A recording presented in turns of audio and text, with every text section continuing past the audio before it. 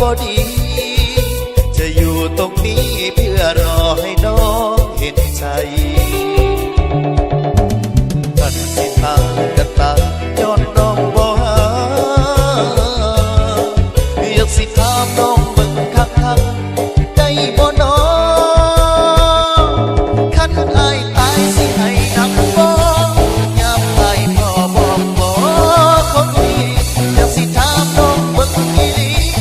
สิให้นำบ่มือใดอ้ายเศร้าหายใจน้ำตาสิไหลบ่น้อชีวิตของคนก็ซ้อน้องพอสิให้นำบ่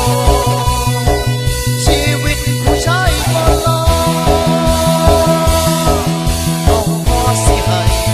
นำบ่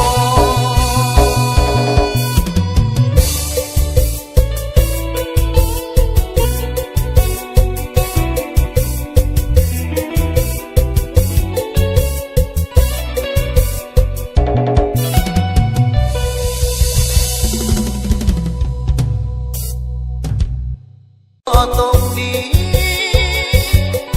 ถึงเจ็บก็สิทนแน่นอนบอกอายบ่ดี